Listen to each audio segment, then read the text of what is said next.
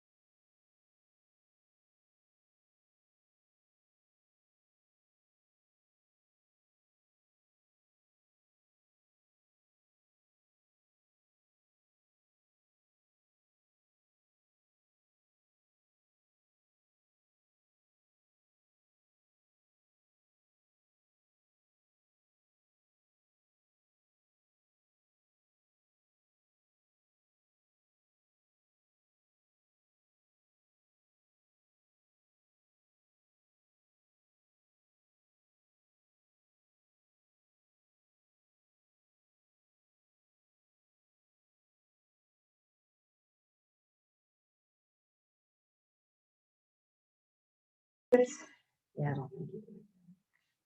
What time is it?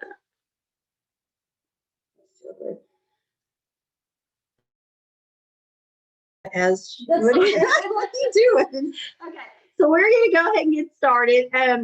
Typically, from the last two sessions that we've had, people kind of join in a little late, so she'll just let them in as they join. So, thank you very much for joining us. And in the chat box, if you guys could just put your name and what school district you're from, so we can have a list of who all attended and make sure that we get you the services that you need for your area. So my name is Marilyn Sanders, and I'm the Executive Director of the River Valley Child Advocacy Center. And this is Sarah Lassiter. She is our education prevention person. And she also can do forensic interviews. She can do advocacy. She kind of does a little bit of everything around here for me. So what we're going to do now is we're going to screen share. Sarah. Oh, Mayflower.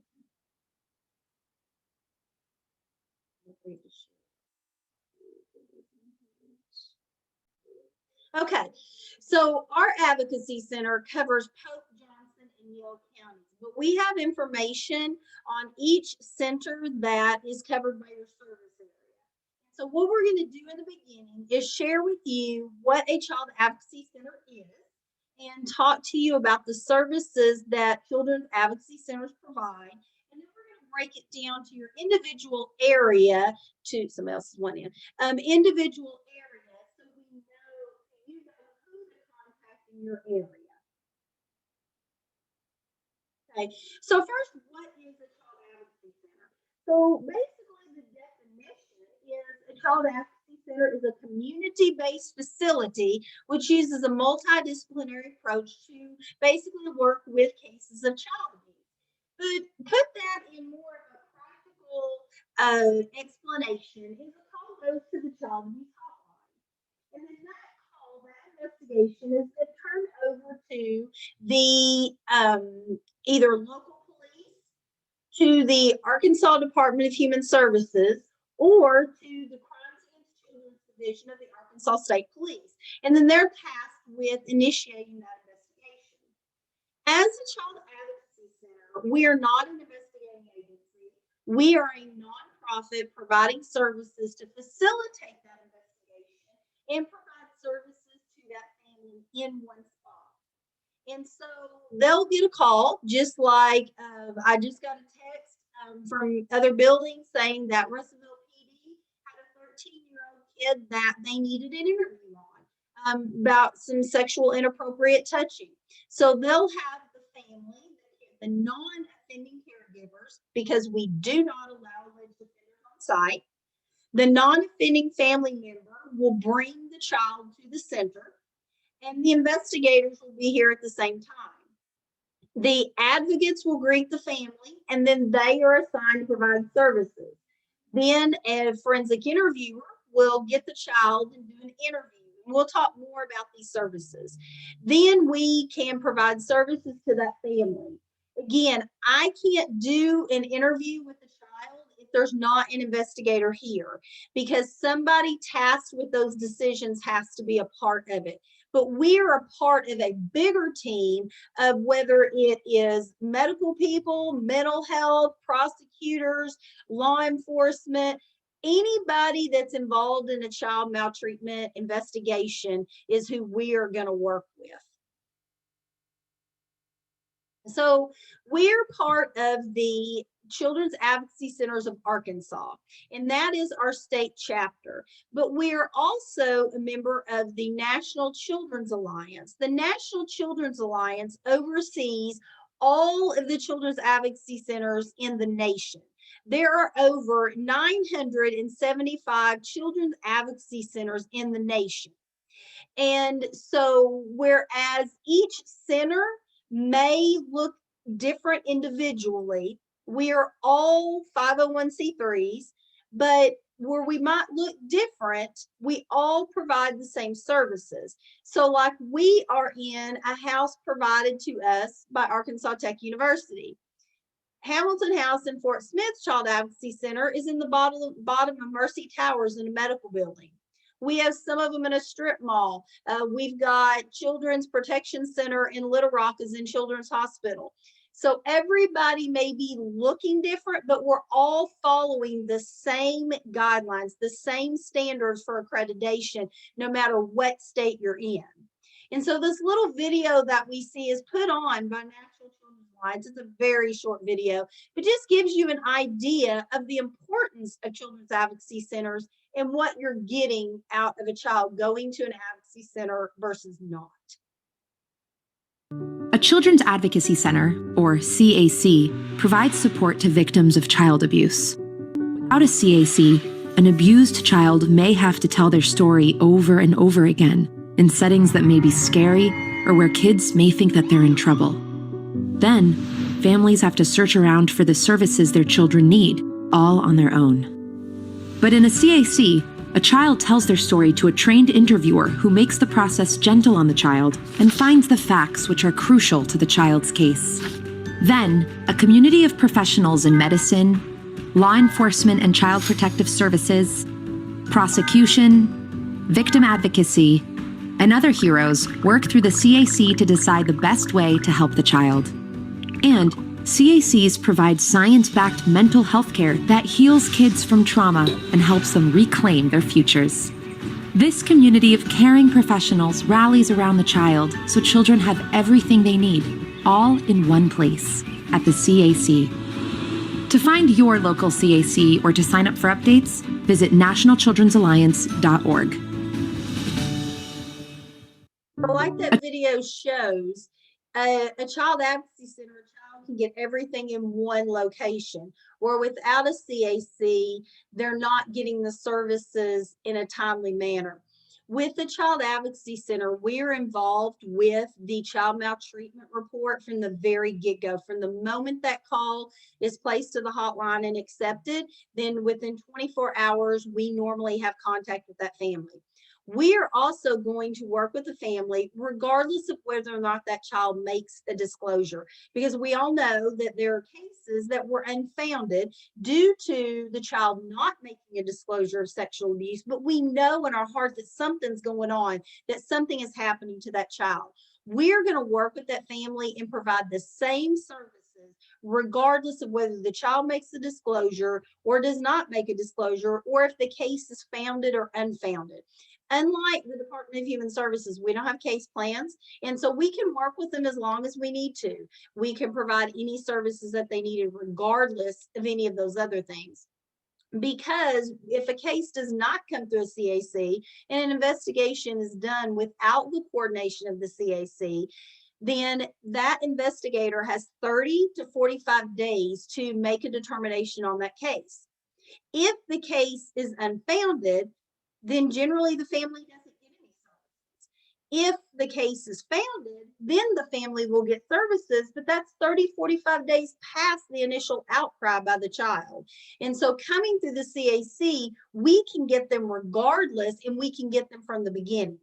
Now, not every case is, appropriate for the Child Advocacy Center, and we don't see every case. We generally see the sexual abuse cases, because 90% of your sexual abuse cases, you do not have physical evidence. And so that child's statement is your evidence. And so it's our job as interviewers to help the investigators corroborate what that child is saying. Where a physical abuse case, if a child has a belt mark or an injury, an investigator will take a picture of that and you have your evidence. And so that's why the majority of the cases that we see are going to be your sexual abuse cases. So looking at this map here, you can see in the state of Arkansas, there are 17 centers serving all 75 counties. And so you can look on the map and see what school district you're with, so you can get an idea of where your center is. There are 17 centers, but there are numerous satellite centers across Arkansas as well. Now, like I said, there are 17 centers in Arkansas. There are over 975 children advocacy centers across the nation. So River Valley Child Advocacy Center has only been around since 2018. And so, for instance, like Polk County was supposed to be going to the Conway, Faulkner, Van Buren area. Johnson County was assigned to the yellow over there in Fort Smith. And then Yale County was supposed to be going to Hot Springs, and it wasn't happening. In 2017, only 37 kids got services at a CAC because of the distance that kids and families were having to travel to get the services from a CAC. And we'll talk more about the services in a minute. But since we opened in 2018, we have seen over 975 kids. And so it was definitely something that was needed. We talked about the child advocacy centers being needed, but why do we need them? Research tells us that 1 in 4 girls and 1 in 6 boys will be sexually abused by the time they turn 18. We also know that child victims don't always tell, and that can be for a number of reasons. Maybe they're not ready. They haven't fully processed what has happened to them yet, or they're trying to protect somebody. Maybe they're afraid of what can happen. 90% of children know their abuser. So a lot of times we see that children are trying to protect their abuser. They're trying to not get them in trouble. They don't want to lose that person because even though what they're doing is wrong, that's still someone that they love and it's still someone that they trust. I grew up in the stranger danger area, don't go off at the park or follow some guy with a puppy off the side of the road. But that's not who's abusing our kids. I've interviewed a few thousand kids, and I can count on one hand the number of abusers that were people that they did not know. These kids know who's abusing. It may be a boyfriend, mom's boyfriend, or grandpa, or uncle, or an aunt, or somebody, or a neighbor, or the friend of their older brothers, but they know who these people are. And the more they know them, the closer they are, the harder it is for them to disclose. And so, for whatever reason that the child doesn't tell, that's going to play a part in the amount of disclosures that we have. Caregivers' response plays a part in the victim's response. That's why, as caregivers and as the adults in our community, we need to be careful about the things that we say and how we respond to children. Because my favorite example to use is if a lot of times you see fathers who say, well, if anybody ever touched my kid, I'd kill him. And so, if something is happening to that kid, chances are they're not going to disclose because they're worried about the abuse. And then also, they're going to have to worry about losing a parent because even though we know that you may not actually kill somebody, the kid doesn't always know that. They think that they're going to lose their parent, to jail or prison. And so, it's really important that we teach the caregivers in our community how to respond to these things. Child sexual abuse does not and should not have to affect their adult life. And we have some services that can help with that.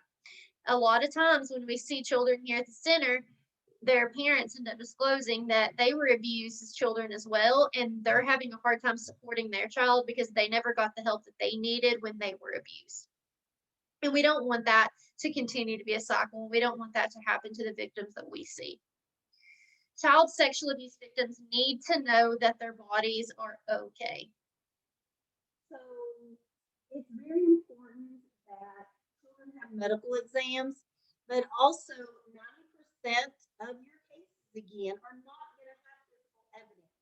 And that's what makes prosecution of sexual abuse so hard for prosecutors because a lot of times it's the victim's statement against the offender's statement. And so we have to find ways to corroborate those statements, but we can try to do that through the sexual assault exams. But again, 90% of the time, you do not have that physical evidence because alleged offenders are not out to physically hurt these children. They're out for sexual gratification. But it also, children need to know that their bodies are okay, and parents need to understand that their bodies are okay. That just because they were sexually abused, there's nothing wrong with them physically. And so as a parent, you want to know that your child is okay.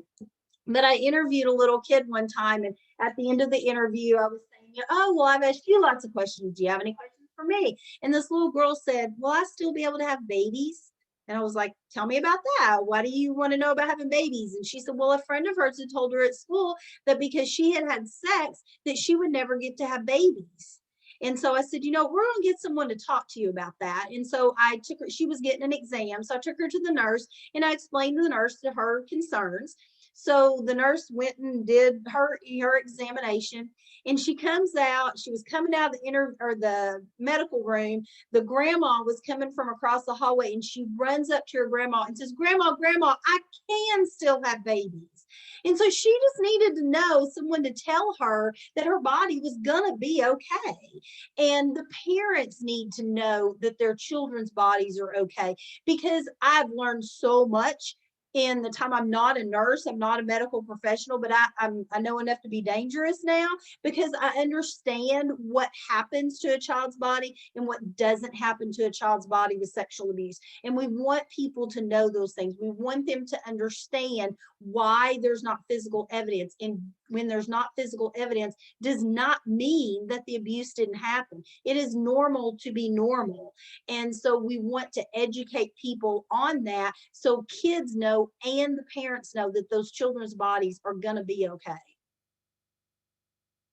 And last but not least, we want sexual abuse to stop. So that's really why we're here, why we're providing all of these services, is because we want to try to put an end to this. Realistically, do we think it's going to happen?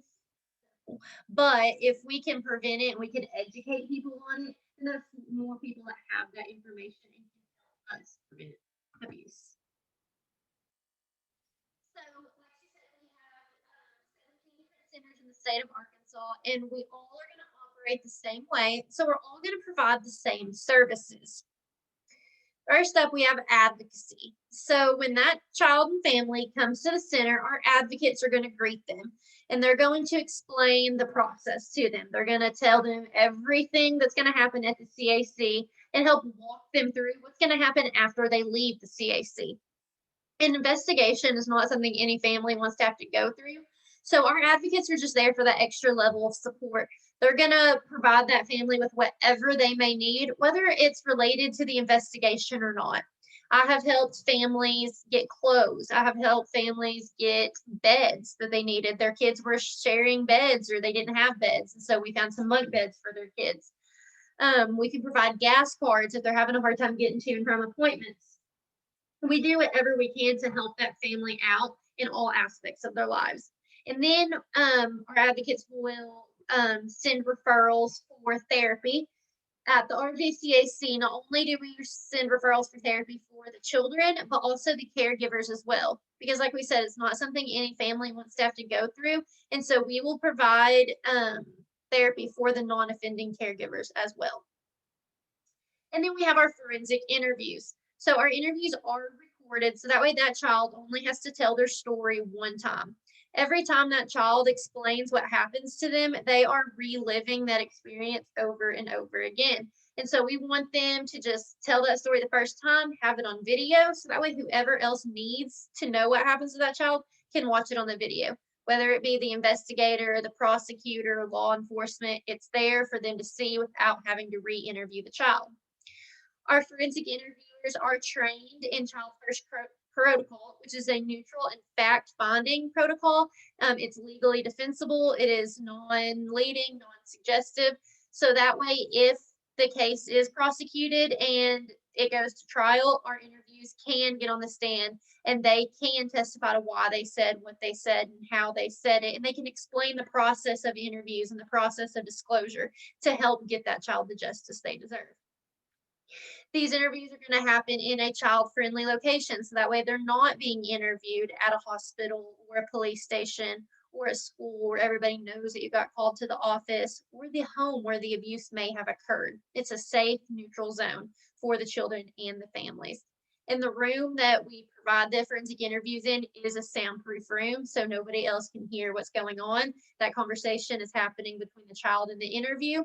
And then in another room, an investigator is observing it it's recorded, so the investigator is observing it on a TV. And then we contract with therapists who provide trauma-focused therapy. This is an evidence-based therapy designed to overcome the negative effects of trauma. Like I said, a lot of times those adults are telling us that they were abused as children and it is affecting their adult life.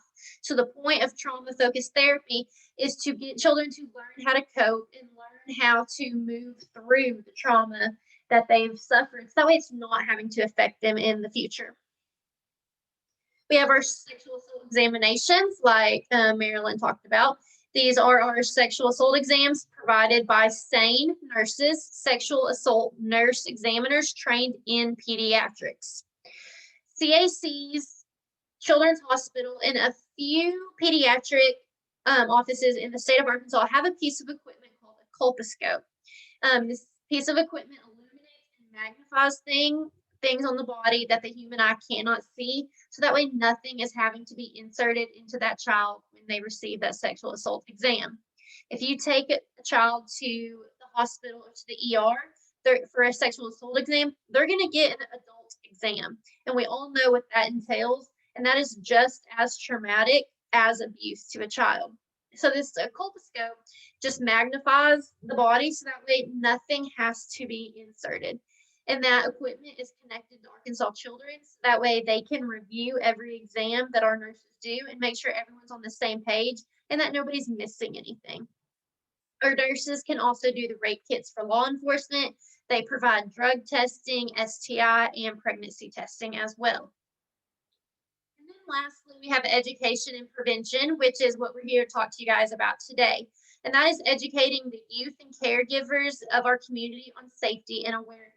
And we're going to go over several different programs that us and other chapters or in other centers in the state can provide. Now, as you see in big letters here, everything that we provide is 100% free. None of this is going to cost anything to the child or the caregivers. Since we are a nonprofit, we're grant funded, and so we have grants that cover all of our services to make sure that nobody is out any money.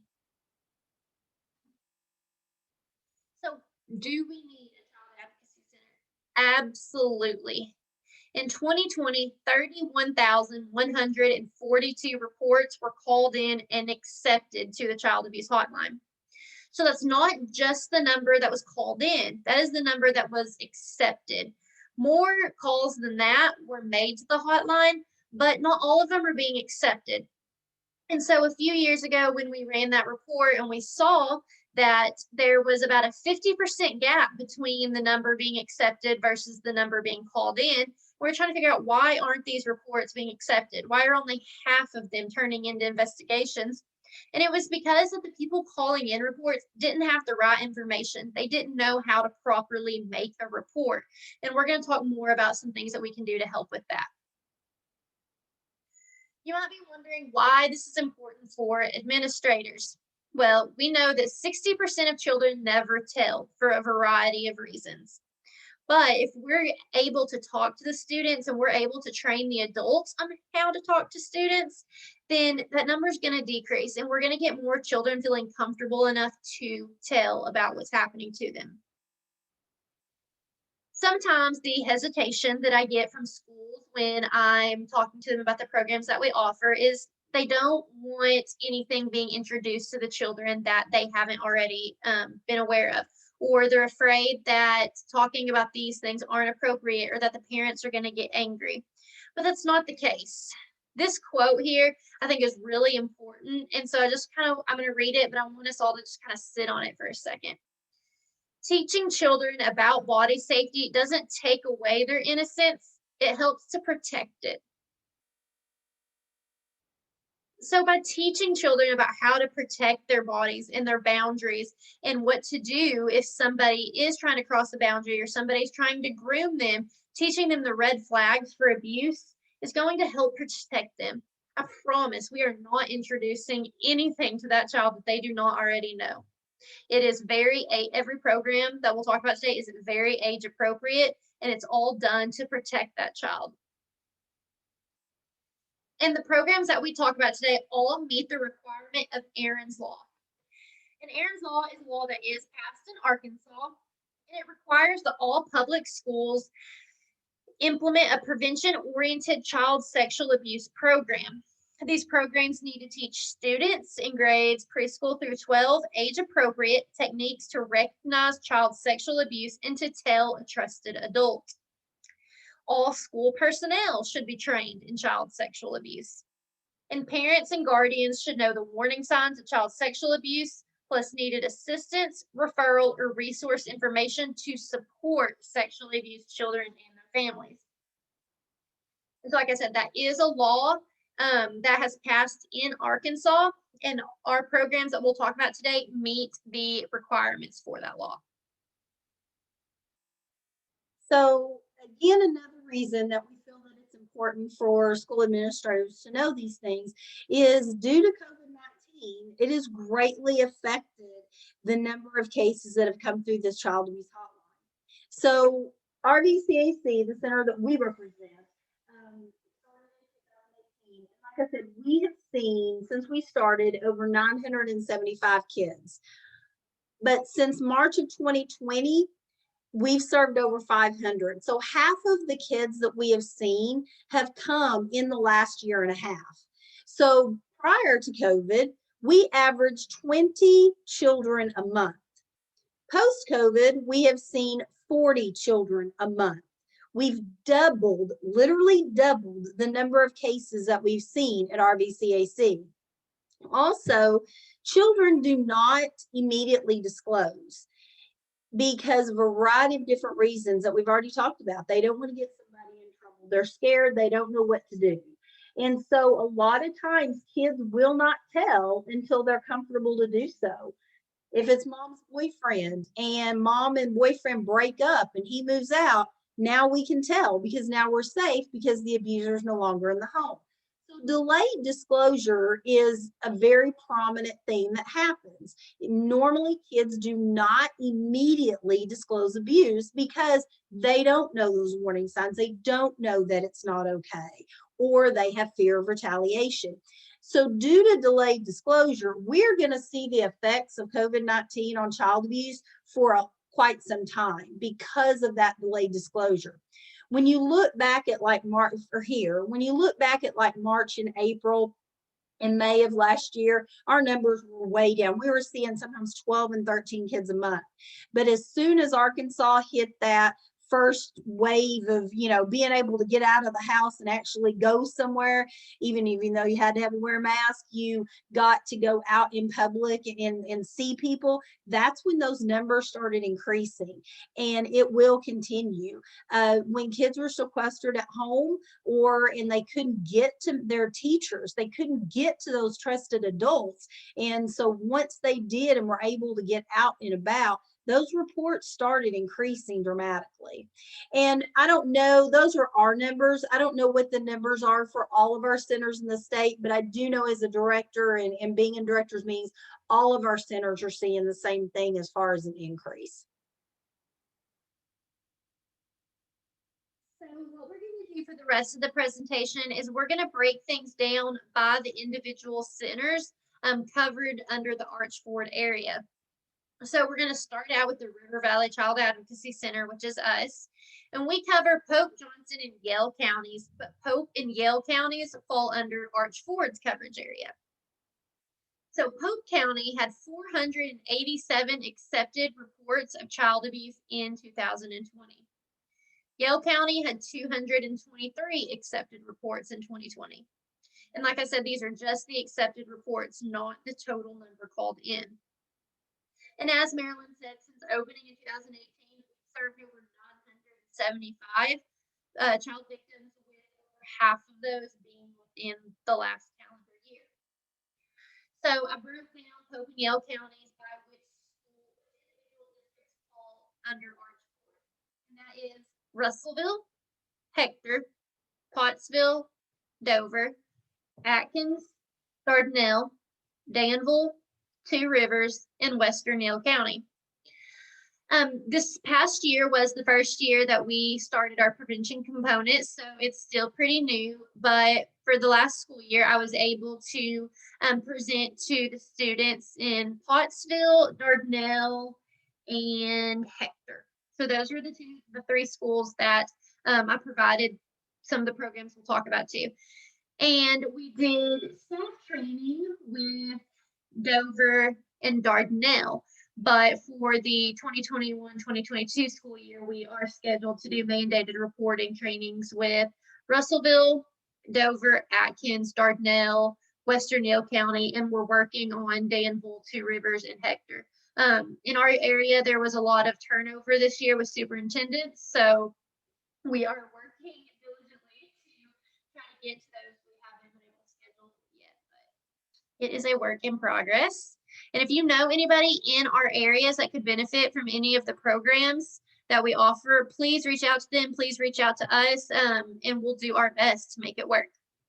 Or if you know somebody in the areas that we've been to, you can also check out and ask them how those programs are going and if they think it's beneficial for your areas. Absolutely. So the individual programs that we have to offer at the River Valley CAC. First off, we have the mandated reporting training. So we are registered with the Arkansas Department of Education to provide the mandated reporting training with the certification and everything. The mandated reporting training is on a 4-year cycle, and the 21-22 school year, which is this school year, is the year that mandated reporting is required again. Our training not only covers all of the mandated reporting, but we also do an in-depth look at the hotline call process. Like I mentioned earlier, a lot of people don't have the right information and they don't know how to correctly make a report, and that includes school staff. We were blown away at how many teachers and staff didn't have the correct information to make reports. So we're going to walk them through exactly how to make that report, exactly what information they need, exactly what they need to say, and what their rights are as a reporter, what they have the right to ask the hotline worker, what their rights are once that report is being made. And then we're also going to walk them through what to expect after that report is made. So who that investigation will likely go to, what the time frame is on something being done, and what information they have access to once an investigation begins. And that is a 2-hour training that we provide. Like I said, we are registered with the ADE to give that certification. And then we have safety and awareness education for toddlers to pre-K age. These are going to be body safety awareness books that are very age appropriate. They are very interactive, so they ask the kids a lot of questions. It starts that conversation of letting those children know about their body safety and, you know, their boundaries, and that they have a right to tell an adult no if an adult's hurting them, teaching them that not all secrets should be kept and what the difference is between a secret and a surprise. Like I said, all age appropriate. We are not going to read a book that is designed for a kindergartner to a 2-year-old. We have several different books that we look at and we present to based on the age group. And then we have the Empower Me program. So every state or every school in the state of Arkansas has this program, but as we've discovered in the past year, a whole lot of you guys don't know where it's at, and that's fine. If you don't know where it's at, we have a copy that we are more than happy to share. This is a program that is designed for grades kindergarten through 3rd grade. It is a basic body safety awareness, teaching kids how to recognize abuse and how to tell an adult if they are being abused. It has a parent consent form that can go home beforehand, so that way if a parent doesn't want their child sitting through this lesson, they can just fill it out and send it back and the child can step out of the room. It's a 30-minute lesson, so it's short and sweet because, as we all know, you can't keep kindergarten through 3rd graders' attention any longer than that. So very age appropriate, just gives them that basic information that they know. And then as they get older, the lessons get more in depth. And that's where the Child and the Teen Safety Matters programs come into play. So as you'll see here, we have Monique Burr Foundation Child Safety Matters and Monique Burr Foundation Teen Safety Matters.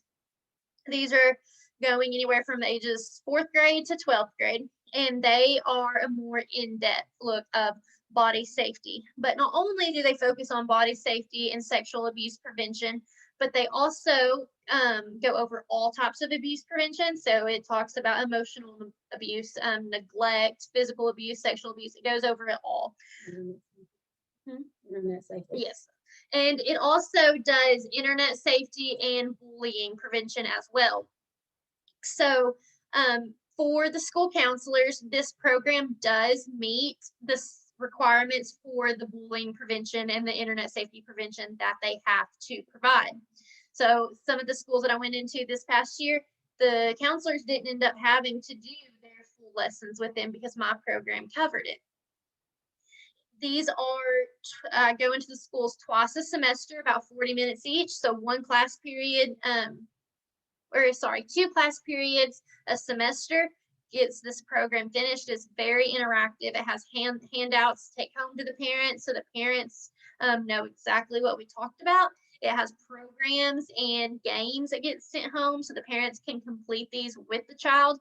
And of course, there is a consent form that goes home before the program as well. So that way, if a child doesn't want to sit through it, they don't have to, or if the parents don't want them to sit through it, the children don't have to. And then we have a not a number human trafficking prevention. This is designed for ages 12 through 18, and it's really designed for those at-risk youth. So this would be good for like your ALE groups, we're looking at providing it to like juvenile justice systems, things like that. But this program is, like I said, it's human trafficking prevention, and it's going to debunk those myths of what human trafficking is. A lot of people think of it as just that, stranger danger, white van, kidnapping, taking you across state lines. And as we know, that's not the case. Human trafficking happens everywhere all the time. And our at-risk youth are targeted because they're more vulnerable because of their previous life experiences. So that's why this program is designed for the at-risk youth. It is very interactive. It is a 5-module program, so it would be 5 50-minute lessons per semester, which I know is a lot, but it is a very, very good program. It is facilitator-led, but it is really based off student discussion. So it's not so much as me standing in front of the room lecturing the children for an hour for 5 days. It is conversation based. We talk about real life scenarios and we work through as a class how to handle those scenarios. We give each other multiple options. So that way they know that everything is a choice to them. It's not, I'm telling you exactly what to do. It's we're working through and we're going to choose how to handle this. And then finally, we have Darkness to Light, which is a basic sexual abuse prevention program for adults and caregivers. It's going to walk through just the signs of abuse, the myths about abuse, and then, of course, how to respond if a child in their life has disclosed to abuse. And like I said, all of these programs are provided at no cost. So those were the areas that we covered at the River Valley Child Advocacy Center. On the previous sessions, we had some people from other centers on the call, but they couldn't make it for the last session of the day, so I'll be covering their slides for them. Next up, we have the Child Safety Center of White County. This Child Advocacy Center covers Cleburne, White, Jackson, and Woodruff County. However, Cleburne County is the only one that falls under the Archford area. Cleburne County had 202 accepted reports of abuse this year. And they offer a lot of the same programs that we do. So they also have Empower Me, which is that kindergarten through 3rd grade basic body safety and trusted adult program. They also do the 2-hour mandated reporting training with staff. And then they also do the Darkness to Light adult and caregiver prevention program. They provide Resilience, which is a document screening on adverse childhood experiences, or ACEs, that walks through, how life experiences can have an effect on the human brain and what that does to a person throughout their lifetime and how it can affect them. And Darby Gaines would be the person to contact if you were in that area. So I have her name, email, and phone number here.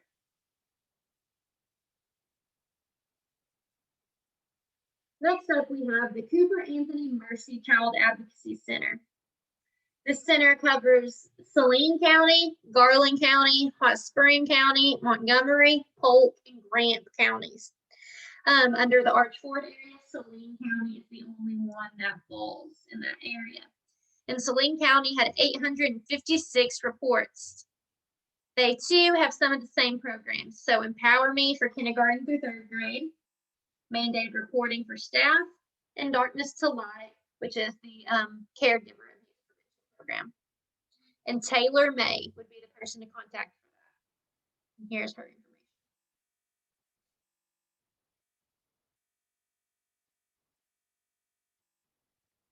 Next up, we have the Children's Advocacy Alliance. So the Children's Advocacy Alliance is going to cover Faulkner, Conway, Van Buren, and Perry counties, all of which are in the Archford area. So in Faulkner County, there were 974 accepted reports for 2020. In Conway County, there were 200 accepted reports. Van Buren County had 155 accepted reports. And Perry County had 61 accepted reports. Michelle at the Children's Advocacy Alliance provides the Empower Me K through 3 program. And she also does the child abuse prevention based books with the toddlers through pre-K age. And there's her information if needed.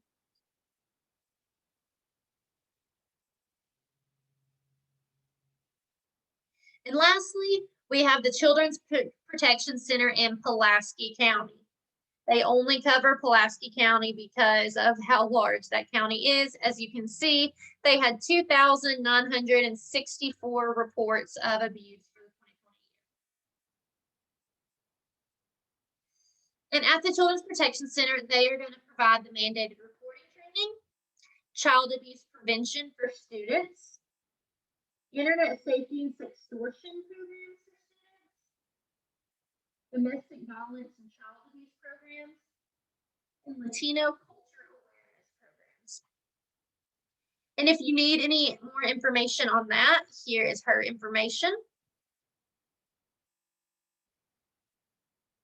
And if there are centers, if you're in an area and there's a program that you want that you do not see on the list, please reach out to them or one of the other centers. We try to help each other. And for instance, I just went to Huntsville, Arkansas yesterday and did the mandated reporter training because their prevention education person could not do it, and so I went up there and did it. So we want to help each other. We're not real territorial about what center does what, but we do like you to stay in your area if at all possible. But if not, if there's something that you need, don't hesitate. I think right now the biggest needed one is the mandated reporter, and so if you are in an area that you did not see mandated reporting on your list, please reach out to us or one of the centers that do, and we'll be very happy to come and provide that training during your training sessions. And if there's a specific need that you see at your school, but you didn't see a program listed for it at all, reach out to one of us and let us know, because we're going to do what we can to get you all the services that you need. So even if we don't have it right now, we could possibly look into finding something that would work for your district. So finally, I have up here the Arkansas Child Abuse Hotline number, which is 1-844-SAVE-A-CHILD. So this is obviously the number that you would call if you were trying to report abuse. You can also fax in a child abuse report, but if you're going to fax in a report, make sure it is a non-emergent situation and that the offender does not live in the home with the child. Those fax reports do not get keyed until the end of the day. So if a teacher fills out a fax form and sends it in, that child might go home to that offender because, like I said, they don't get to those until the end of the day. So if it is an in-home offender, make sure it is being called. And then down here at the bottom, I have everybody's contact information. Does anybody have any questions or need any additional information about anything? We did that good that nobody has anything else. I have a couple of questions. So there's been a couple of times I work at an elementary school, and there have been a child has shared with us that there's a sexual act going on with another child, but because it was consensual between them, it was not accepted by the hotline. In those kind of cases, which blows my mind, they were 8 years old. Yeah. But it did not meet their definition. And right. So if those families are looking for resources, can you still help those families? Yes, if there's any type, as long as it has attempted to be reported. And also, like, we've only been here since 2018, but like I said, only 37 kids got services at a CAC in 2017. So there's so many kids that things that happened to them weren't getting services. And so if they come to the CAC, they can get the same services as long as there's some sort of documentation of either an investigation or an attempted thing. That's one of the things that we really been working on with law enforcement here locally because of that exact same scenario that you're talking about. We've had a big issue with that in the past in trying to get that changed to where it is accepted. Now they can do sometimes what they call a DR, differential response report, where it can still be investigated, but not really be an investigation. It's just kind of like a pre-investigation to determine if the family needs services. So absolutely, those are ones that we can offer the services to and get them some help that they need. So yeah, we know exactly what little loophole you're talking about, and it is very frustrating. Well, I just want to say thank you for advocating to help change that, because I mean, I have another situation that happened this year where the sex going on between two siblings, and because he was 3 years older than her, they also did not take that either. And that blows my mind that that's not considered something. Right. Yeah.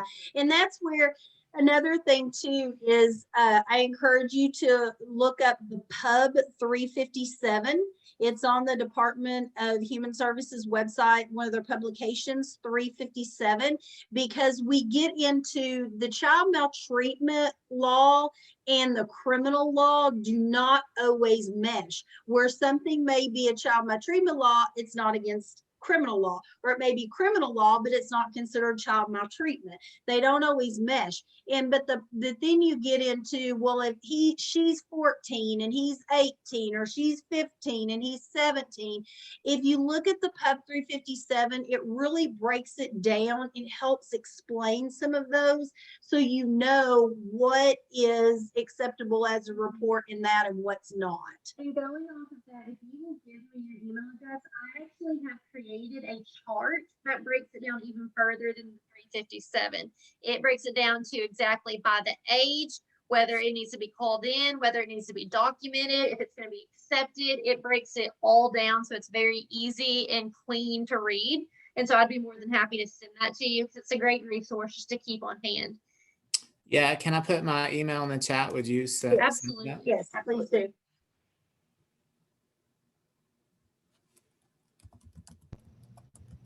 Any other questions or concerns or anything?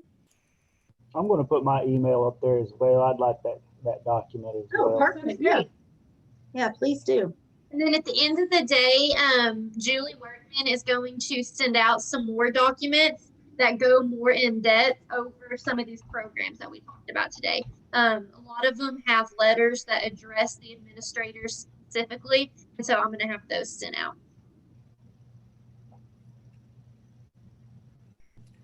One last question. Does the required mandated training, is there a time limit on that? How many hours have to be? Does it have to be 2 hours? Yes. Yes. Yes. Okay. Are your calendars kind of booked for back to school PD already?